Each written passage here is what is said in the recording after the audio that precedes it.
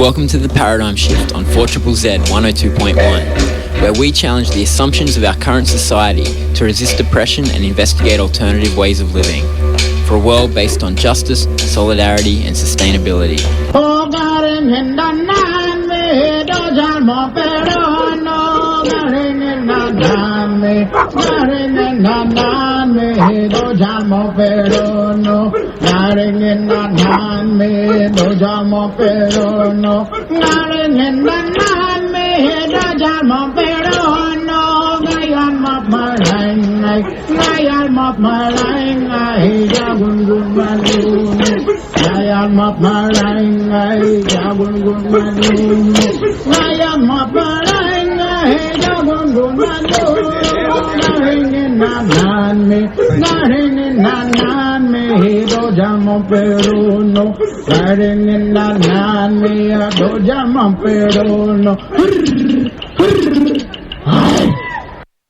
Welcome to The Paradigm Shift on 4ZZZ 102.1 FM. It's your local community radio station that you are tuned into, and my name is Andy, broadcasting on Jagger and Turrbal Country.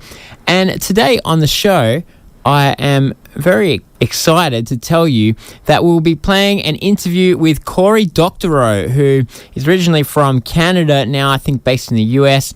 He is a writer of many novels and kids' books and everything, but also a very prolific blogger and a very perceptive analyst of technology and particularly tech capitalism. How mega corporations use high tech, the internet, and platforms like that to make a lot of money and possibly make the world worse for the rest of us.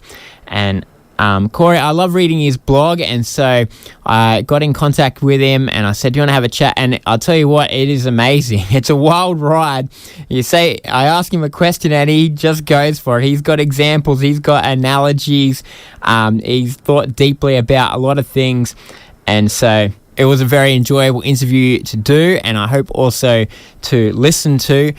His blog is called Pluralistic and is certainly worth a read, and to be honest, after hearing this, if you're interested in what he says, you might need to go to the blog, because he's going at a million miles an hour in this interview, trying to cover all the things he's thought about, all the insights that he has. And so, yes, we'll plug it again at the end. I guess we'll come across some of the ideas that he has about tech monopolies and how they function, and some of the ideas of how things could be better, both a different idea of the internet, but also small kind of legal reforms that could be done, as well as big legal reforms to try to break up massive monopoly companies. It's just a joy both reading Cory Doctorow and talking to him, just to a perceptive, analytical mind who's thinking critically about things, and to hear his thoughts and the way that he looks at something and sees it from a different angle, and a gift that he's given all of us, and fantastic to read and listen to. So we've got plenty of talking to do, so I'll get into it straight away with a bit of an intro to Cory. My name's Cory Doctorow. I'm a Canadian-born science fiction writer, journalist, and activist. I've worked with the digital human rights group, the Electronic Frontier Foundation, for about a quarter of a century. And I've been blogging and publishing books for about that long as well, mostly science fiction novels. In Australia, they mostly come from Bloomsbury. And I also write books for young adults and picture books for very small children and middle grades books, as well as a lot of nonfiction. I have a newsletter called pluralistic.net, and a lot of experience in treaties, direct action, lobbying various parliaments, and so on. Yeah, let's start off a bit talking about your writing, and there is a lot of it. You're writing, very prolific, and you, as you said, you both do this kind of analytical non-fiction on your blog, but also you do write fiction and often like sci-fi. I guess why do both of these things, and what are the different virtues of both? Well, look, the reason to, and this is going to sound a bit arsey, but you know, the reason to write a novel is because fiction is an art form, and so novels are a kind of artwork. And the reason to make art is foundationally because you have a big, irreducible, numinous feeling in your mind, and you want to try and put it into other people's minds to transplant it by first infusing it into some intermediary work, like a novel or a short story or a dance or a painting or what have you. And so foundationally, that is why I make art. And, you know, humans make art like ants build hills. It's a thing that we're just sort of hardwired to do. In terms of the specific, numinous, irreducible, big, complicated emotion that I feel that I try to get out of my head and into yours, a lot of it is a kind of brew made up of my outrage, fear, hope, terror over the state of our politics and our technology, particularly how big tech monopolies have turned the internet into what the Kiwi software developer Tom Eastman calls 5 giant websites filled with screenshots of text from the other 4, and how increasingly this digital tool set that I was quite involved with helping to create and steer has become a system for control, surveillance, and authoritarianism. Yeah, and that is, so both your non-fiction and your fiction, you sort of write, I guess, with a theme of technology and humans, how humans can thrive in the middle of technology? Not exclusively, but that is a major theme in my work, absolutely. Well, let's dig into some of these ideas that you have written about, and certainly one of the ones that you've become best known for in recent years is you wrote an article coining a term, enshittification, to talk about the trajectory of commercial online platforms, and this has resonated with a lot of people. Can you start off telling us what is enshittification? Yeah, so enshittification is the latest word I've come up with to describe something that I have been talking about for many years, which I guess you could loosely call platform decay. You know, the internet's kind of native form seems to have emerged as being platforms, which is a little weird because if you remember in the old days, we were really excited about disintermediation, where we wouldn't have middlemen that usurp the roles of producers and consumers or performers and their audiences, and now we've got gigantic number of these giant intermediaries that sit between us, that are digital intermediaries and not the offline intermediaries that we had before, although in some cases they're the same. And what has happened is these platforms have all started to go wrong all at once. And platforms have gone wrong in the history of the internet, right? It's, you know, there once was a thing called Yahoo. There hardly is anymore. The difference is that it's all happening at once, and they're not going away, right? There once was a thing called Yahoo. There isn't really a thing called Yahoo that people feel that they need to be involved with anymore. And that means that when these platforms start to go bad, we get stuck with them, and there's so many of them going bad all at once that it can be quite distressing. And so enshittification tries to understand this kind of pandemic that's happened within our platforms. It observes the symptoms of the decay of the platform, and the symptoms are pretty much the same across all the platforms. The platforms start off being very good to their end users, and then they make things worse for their end users in order to be good to their business customers, and then they make worse for the business customers as well, and withdraw all the available value until nothing is left. The shareholders have it all. There's just a kind of homeopathic residue of value left behind that they calculate is enough that will stay stuck there, and then the whole thing turns into a pile of shit, hence enshittification. But enshittification is also a discussion and a description of what's going on inside the body of those companies, what's actually making them get sick. And it's also a description of the contagion that's causing that sickness to spread among so many companies all at once. Yeah, so could you give us an example of what you talk about, how platforms sort of take the value first from the consumer and then from the businesses to make it worse? Yeah. So, Facebook is a pretty good poster child for this phenomenon. Facebook was founded by Mark Zuckerberg in his dorm room so that he and his creepy friends could non-consensually rate the fuckability of their fellow Harvard undergraduates. And it actually got worse after that. And venture capitalists were so excited by this new platform that they started throwing money at them. At first, the platform was only open to college kids in America. You needed a .edu address, which are the addresses that you get if you go to an American university. But in 2006, they decided to open up the doors to the general public. And so they went to them, and they had a pretty simple simple pitch. They said, look, I know you already have a social media account on a company with a company called MySpace, but I don't know if you realize this, MySpace is owned by an evil, crapulent, senescent Australian billionaire named Rupert Murdoch, and he is spying on you with every hour that God sends. If you come to Facebook, we will never spy on you. We are the privacy-forward alternative to MySpace that will never, ever surveil you. All we ask is that you come here. You, the technical term is articulate your social graph, which is a fancy way of saying tell us who you like and why you like them, and then we'll show you everything that they post for public consumption. So users piled in and they locked themselves in, and that lock-in happens automatically with social media, thanks to something that economists call the collective action problem. So, you and your friends might all not be enjoying life on Facebook. You might be ready to leave, but you're not all ready to leave at the same time. You're not all ready to go to the same place. I mean, you've experienced this with your friends, doubtless, where you've got half a dozen people in a group chat and you're trying to figure out where you're going to go and have a drink on Friday or what movie you're going to see, and you just can't agree. Multiply that by hundreds of people all on Facebook who themselves are connected to other groups. Some are there because they have a rare disease, and that's where the people with the rare disease congregate, and some are there because they left another country, and that's how they stay in touch with their family, or that's where their customers are, or it's how they organize the carpool for their kids' footy league. And so getting all those people to agree to go is just transcendently hard, and so you all stay because you don't want to endure what's called the switching costs, another term from economics. Switching costs is everything you have to give up when you leave something behind. And in this case, it's all those people. And so once the people are locked in, Facebook turns around and starts to withdraw some surplus from them. And it approaches two different groups of business customers. The first group are the advertisers. And it says to the advertisers, hey, do you remember when we told these fools that we weren't going to spy on them? That was a lie.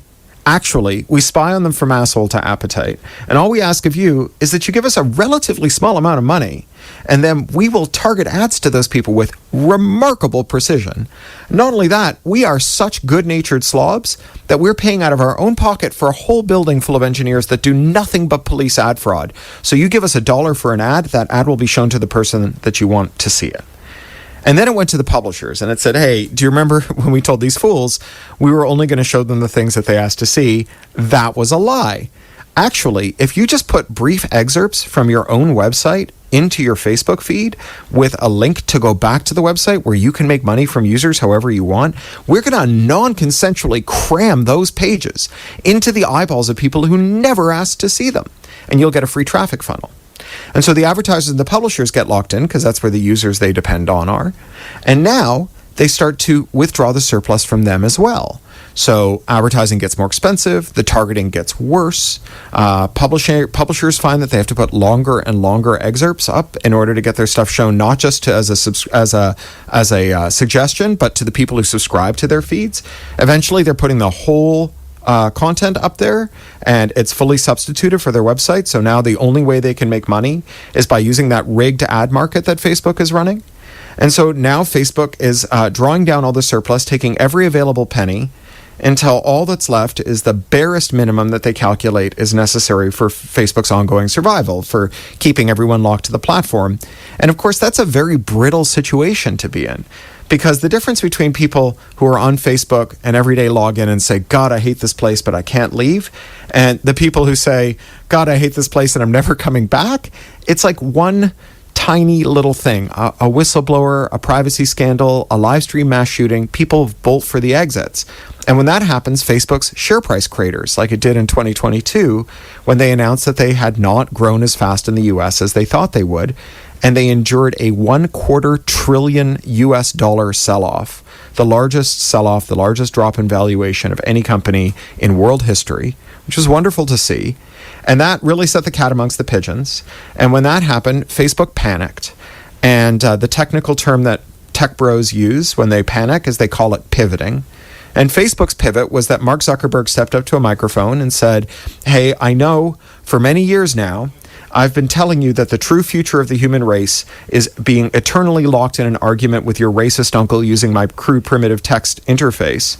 But actually, I've had a revelation.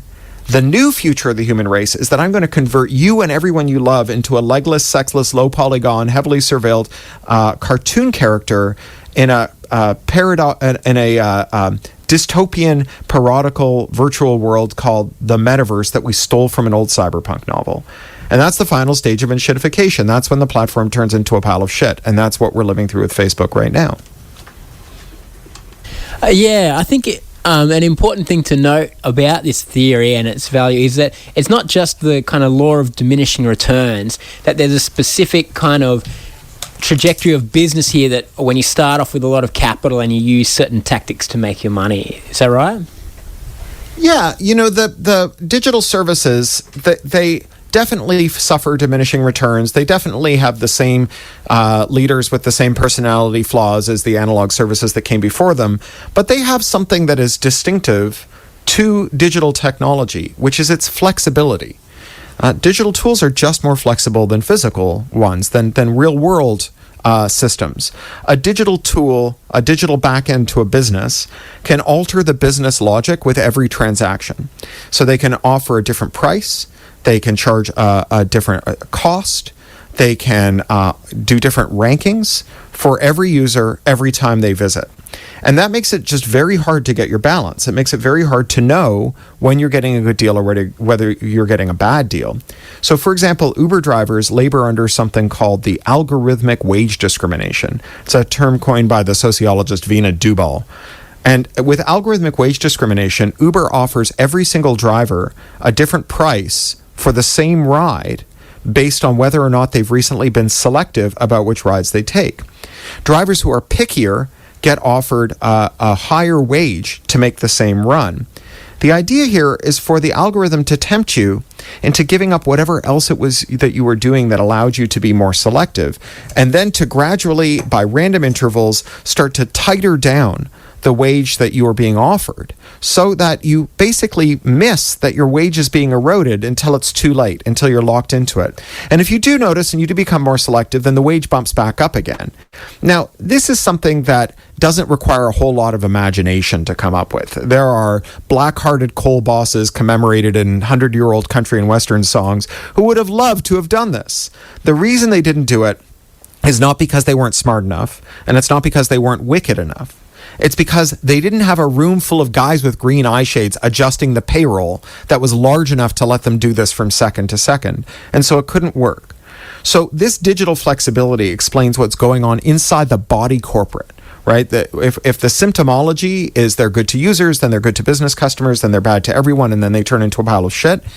The mechanism within the body that allows that to happen, the thing that the pathogen is doing within the body, is it's shuttling value very quickly from one place to another with this system of digital pumps that is sui generis, unique to digital services because they are so flexible. I want to move on to another idea of yours, a recent book that you called Chokepoint Capitalism, which is about another symptom of these big tech platforms, their tendency to monopolize. Can you tell us a bit about Chokepoint Capitalism? Sure. I wrote that book with my colleague Rebecca Giblin. She's at the University of Melbourne. She's a copyright expert there. And she's done a lot of work on how copyright affects the livelihoods of creators. Because the story that we're told is that if you're a creative worker, the more copyright you have, the more money you'll get. And for 40 years, we have seen an expansion of copyright. Copyright now lasts longer. It covers more kinds of works. It has higher statutory damages. Those damages are easier to get. And indeed, the entertainment industry as a whole has gotten larger, right? That is, it brings in a higher turnover. It's gotten more profitable. But the share of income accruing to the creative workers whose work it is that is driving this profit and this expansion, that share has declined steadily for 40 years, both in real terms and as a proportion of the money being earned. And so we set out to answer the question, how is it that copyright lasts longer, covers more kinds of works, has higher damages, and those damages are easier to get? How is it that the industry has become larger and more profitable, but the share of income going to its workers has declined? And the answer that we came up with is that giving more copyright to an artist who bargains with the entertainment cartels, which is 5 giant publishers, 4 giant movie studios, 3 giant labels, 2 companies that control all the ad tech, and 1 company that controls all the ebooks and audiobooks, giving that worker more copyright to bargain with, when they dicker with those companies is like giving your bullied school child extra lunch money. There isn't an amount of lunch money that you give that kid that will buy them lunch. All you're doing is a roundabout transfer to the bullies themselves. And indeed, if you keep it up long enough, the bullies will have enough left over after they've bought themselves splashy houses and cars and nice ski holidays that they can run a global campaign saying, someone think of those poor, hungry school children, give them more lunch money.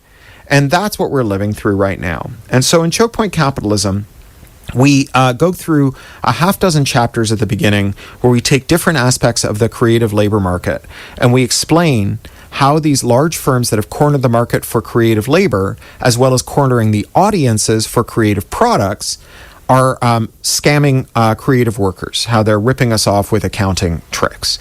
We go through Audible, we go through ad tech, we go through all kinds of different companies and how they work.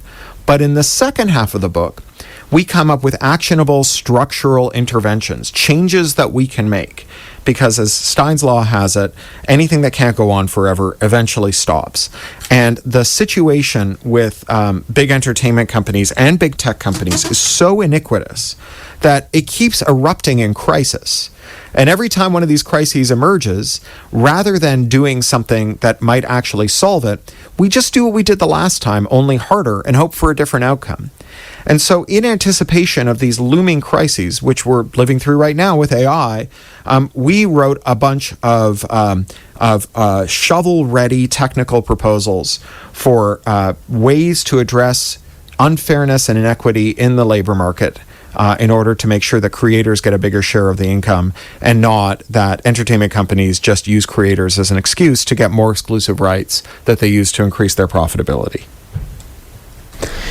So I'm interested in talking about some of your solutions, both for chokepoint capitalism and enshittification.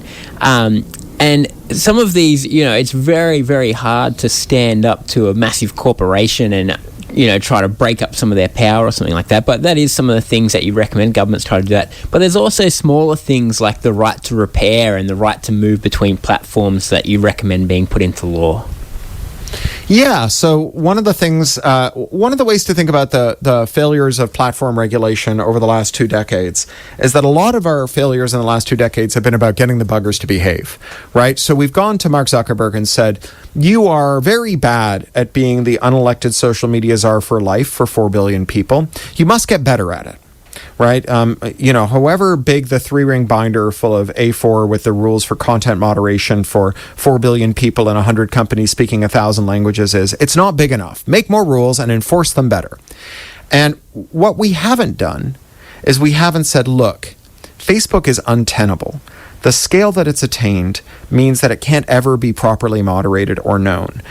The communities that rely on Facebook are in danger every day because Facebook every day narrowly averts the kind of catastrophe that will eventually destroy it.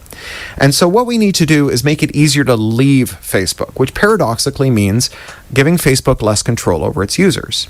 So if you have a mobile phone right now with, say, Vodafone, and you want to transition to T-Mobile, you just do something called a number port. You call up your carrier, you tell them that you're switching, you endure the pathetic, sweaty dance that the customer service representative does in trying to convince you not to switch. You stick to your guns, and then they say, fine, here's a code to give to your new carrier. You give that to your new carrier, and minutes later, you are up and running on your new carrier, and your mates don't even have to know. They just call your old number and they reach you.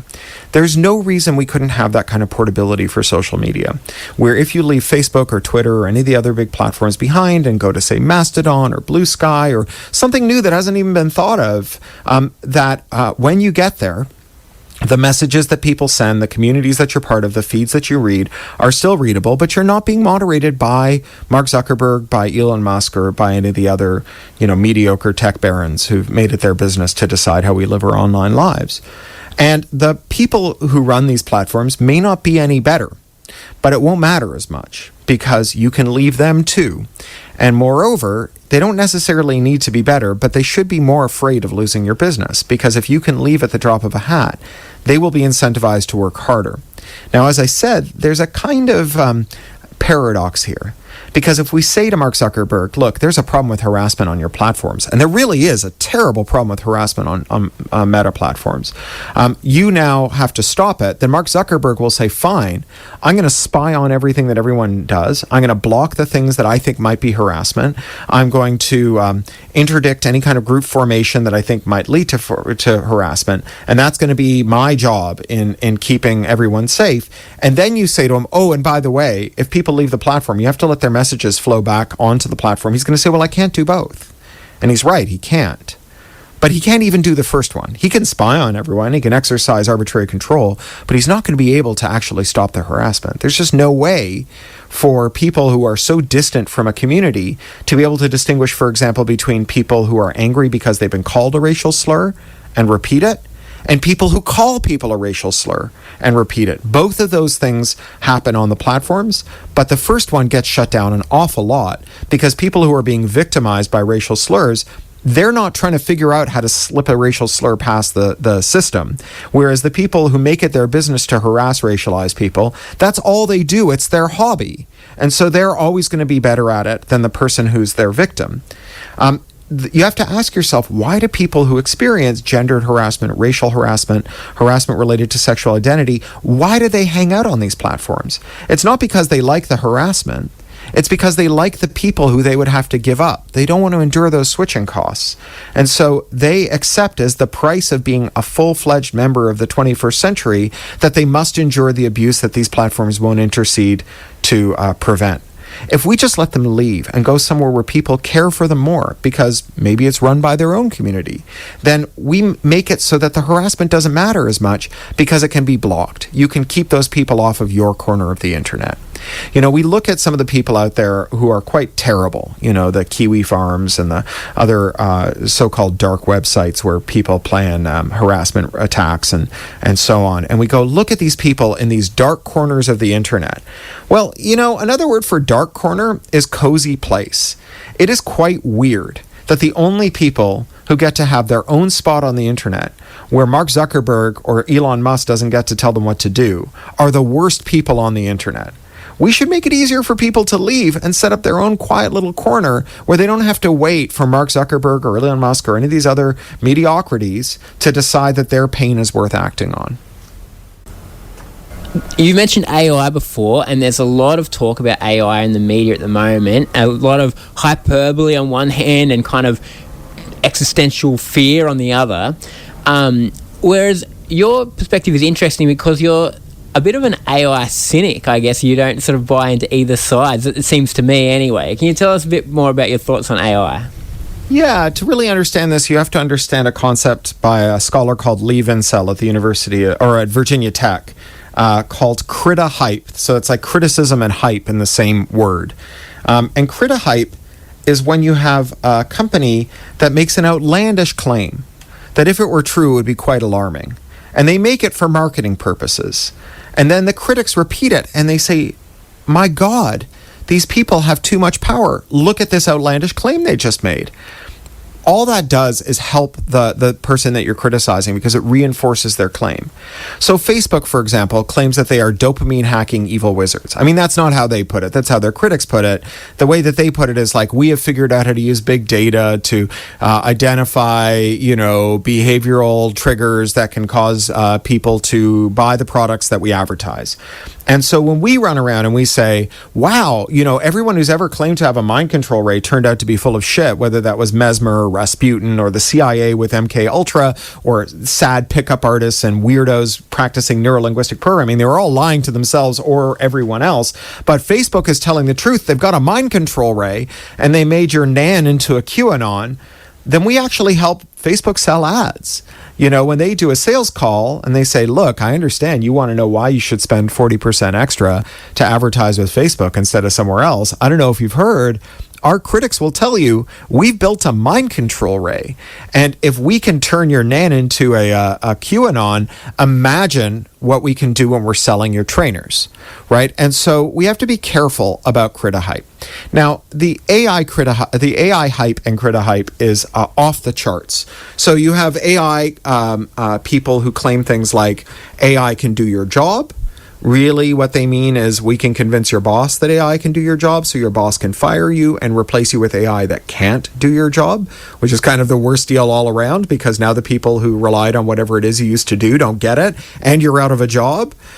They claim that AI is going to become super intelligent. So rather than worrying about the things that AI does that are really harmful, right, like robo-debt, or like deciding whether you get bail, or deciding whether your refugee claim is heard, or whether you get sent to one of Australia's offshore concentration camps, or whether you get a loan, or whether you get a mortgage, or whether you can get an apartment. Rather than thinking about that, we're asked to think about, what if AI becomes super intelligent and turns us all into paper clips, right? Well, like the big tech companies that are making AI, they really like it when we focus our fire there, because none of them have a business plan that calls for making super intelligent paperclip transforming AIs, right? Their plan is to just continuing to sell to your credulous dolts at your local government crummy software that just automates racism, right? That's their business model.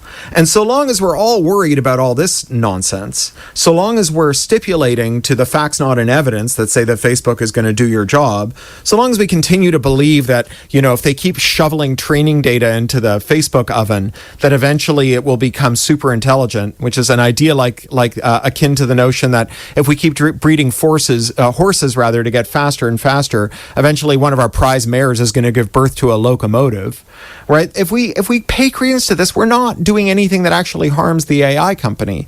We're just having a jolly coming up with thought experiments. So it's really important that we train our fire on the thing that AI does, rather than the things that they tell us we should be worried about.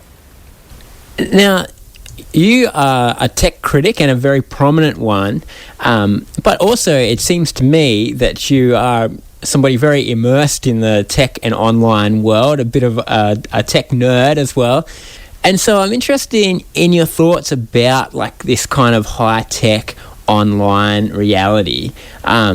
Is it something neutral that can be used for good or bad, or is there something intrinsic in this kind of tech that has brought us to this place of all these terrible, massive companies that you're talking about? So I think now we're getting into that final part of the story of enshittification, which is where the contagion comes from. Why are all these companies going bad all at once? And I think that it's not something intrinsic. I don't think it's the great forces of history. I think we took specific policy decisions that led to this moment, and we could have taken different ones, and we would have gotten a different moment, and it's not too late. We can change our decisions still and get new ones. So, for example, about 40 years ago, governments all over the world stopped enforcing competition law. We adopted a theory called consumer welfare that said that when you encounter a monopoly in the wild, that what you found is not a company that has cheated somehow, but rather the very best company. The company that has figured out how to make its store and its products so incredibly valuable that they're all anyone wants to buy. That if everyone's shopping at Woolies, Woolies must be the best shop. And the last thing you would want from your government is to go and punish the best store ever made, right? You want to encourage them. And so for 40 years, we encouraged monopolization. Well, one of the things that stops companies from mistreating you is competition, right? It's not just that competition is like a good unto itself, but a company that fears that you will take your business elsewhere, on average, will treat you better. And on average, if they don't treat you better, will lose your business and will tend to go out of business and be replaced by companies that do treat you better. That doesn't work all the time, but it is a powerful force that disciplines companies. As we allowed tech companies in general, in particular rather, and then companies in every sector in general to buy one another, merge with one another, use predatory pricing to drive one another out of business, we just eliminated the fear of competition. And when competition went away, we also lost regulation, because once a sector dwindles to a handful of firms, those companies, on the one hand, have a lot of extra money because they're not competing with one another, so they can raise prices and pay their suppliers less. And on the other hand, they find it very easy to come to agreement about how they're going to spend that money on policy. When there's, one or two giant media companies in your country, it's very easy for them to convince your communications ministry to adopt policies that are friendly to them.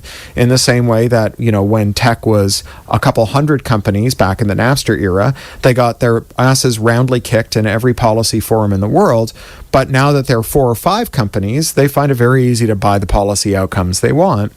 And so without regulation, it becomes easy for companies to break the rules and not suffer any penalties. And so they violate our privacy rights, our consumer rights, and our labor rights, and they do so with impunity. Now, the other thing that happens once you've captured your regulators is you can get them to pass laws or enforce laws in ways that are beneficial to you and harmful to potential competitors to cement your win. And so we see that with the expansion of IP law. So in the US-Australia Free Trade Agreement, the U.S. Trade Representative, working with the Australian content industries, managed to convince Australia to adopt something called the anti-circumvention rule. This is a rule that says that it's against the law to bypass a digital lock, even if no copyright infringement takes place. Which means that if I, as an author, sell you a book through Amazon's Kindle or Audible program, it will come locked to Amazon permanently with encryption so that you can't take it and play it in an app from someone else. And that means that if I try to leave Amazon and take you with me as my customer and give you a tool so you can convert those books so they'll work with the app of whatever store I've decided to sell through instead, that my provision of that tool to you is a terrible crime. In the United States, it's a crime punishable by a 5-year prison sentence and a $500,000 fine. That's me letting you take my own books somewhere else. Amazon gets to decide how my copyright needs to be enforced. And so that lets the company become even more powerful because they can stop new market entrants. You know, the company that makes your printer can raise the price of printer ink and not worry that you're going to get a third-party cartridge because they can use their IP rights to make it illegal to reverse engineer their cartridge, clone its security chip, and make a third-party cartridge that has reasonably priced ink. And so you spend $10,000 a gallon printing out your shopping lists and boarding cards. And then the final thing that stopped these tech companies from going wrong was their own workers. You know, for a long time, tech workers were in very short supply, and so they had a lot of bargaining power. And not all of them, but many of them used it to defend their users because they really cared about them. And so when their boss would order them to enshittify something, they would say, look, I didn't miss my mother's funeral to ship this thing on deadline, only to turn around and make it worse. I refuse, and if you don't like it, I'll get a job across the street. Well, last year in the US, we had 260,000 tech layoffs. And tech workers just can't stand up for their users the way they did. Mostly they don't try, but if they do, they get fired. And so now you have these companies that are composed of exactly the same mediocre people with exactly the same sociopathic impulses who 20 years ago gave us services that we loved and found useful and who today are gutting those services. And the reason they're doing it is not because they had a stroke and became evil. It's because no one's stopping them now. And it used to be that we did stop them. And we can stop them again. If we reinvigorate competition law, if we stop regulatory capture, if we reform IP law so that it's legal to reverse engineer and modify technology so it benefits you and not the company that made it, and if we use unions to give tech workers power instead of scarcity, because unions work even when labor isn't scarce, then we can restore the better internet that we used to have, and in fact make a better internet still, a new good internet that has the advantages of the previous one, but not the disadvantages, where it was only useful to weird nerds like me. We can make it something that's accessible to everyone. All right. Well, thanks very much, Cory. You've covered a lot of ground in this interview, but there's a lot more that you have to say, I know for a fact. And so if people are interested in reading more of your ideas, how can they do that? Yeah, well, so my books are available everywhere books are sold. So you can get them wherever you buy your books. My newsletter is at pluralistic.net. It's open, ad-free, surveillance-free, tracker-free, black type, white background. Nothing that flashes, very straightforward. If you go to pluralistic.net, you can just read it off the screen, or you can get it as an email newsletter. Again, no tracking, nothing. Or you can get it as a daily Twitter thread or a daily Mastodon thread. You can read it on Medium, you can read it on Tumblr, or you can get it as an RSS feed. And it's Creative Commons licensed. You can republish it. You can charge money for it. You can do anything you'd like with it so long as you credit me. In miniature, it's like a version of the different internet you're talking about. Yeah, I'd like to think that I'm trying to live the way that I'd like to see the future arrive. All right. Well, thanks very much, Cory, for chatting with us today. Oh, thank you. I really enjoyed it. That is Cory Doctorow there, talking about his many thoughts on tech capitalism. Yeah, I really love doing that interview. I do love reading his blog, and it most days he's written something incredible. And I recently read one of his novels for the first time. It was a young adult one. It was quite fun, but maybe next time I'll try one of the adult ones, more suited to my age range. But if you are interested in more, as you just heard, you can read plenty more that he has to say. And like I said before, it's so important to be analysing these things and informing ourselves of how the internet functions and how it could be different. Isn't that an inspiring thought, just to talk about this thing that we interact with every day and that kind of drives us crazy at the same time as we're totally hooked to it and we can hardly live without it, that actually it's more malleable than we think, that we could make the internet look like what we wanted it to if we can extract control of it from some of these big corporations who have, one, molded it into something that makes money for them, but also in doing so made it a space that's much more controlled, where your social media feed is just filled up with all this stuff that you never asked to see, and it's just dumped on you by their algorithms, as well as all the other effects that we know about so well, of mental health and of changing the communities, the way we interact, of kind of exploiting artists, like he said. And so it is inspiring to think that we could have a different internet. And yeah, there's all kinds of possibilities. And it's something, it is of vital importance, I think, to looking at who we are as individuals. We're so affected by the internet and some of these algorithms and these companies and their business practices. And you look in Canada, where Cory Doctorow is from originally, where the government tried to negotiate about a deal for news media from social media, and they just walked away from it. They said, well, news needs us more than we need it, and so we're just not going to print news anymore. And so, you know, these corporations that operate such a huge space, essentially our public square now, right? If you talk to, you know, people under sort of 30, the only media they've ever used is like these big online corporations. And just to abandon a kind of dedication to any kind of impartial news, journalism, it's so worrying, and they just have so much control. And so it really is important that we're aware of what they're doing, and critiquing it and seeking out people who are doing interesting and insightful critiques, and also, thinking about other possibilities of how we could communicate, because ultimately that's what media is, whether social media or mass media. It's a medium for communication, right? And which is a basic human need. And so we should be seeking to control the way that we do that and share information. And so I think to be tech critical is very important in this day and age, and I'm certainly grateful for people like Cory Doctorow who put a lot of work into thinking about how these things operate and how they could be different. That is about all we have time for on the Paradigm Shift. I'll be back again next Friday with more people who are seeking to make a better world in one way or another. I'll see you next week.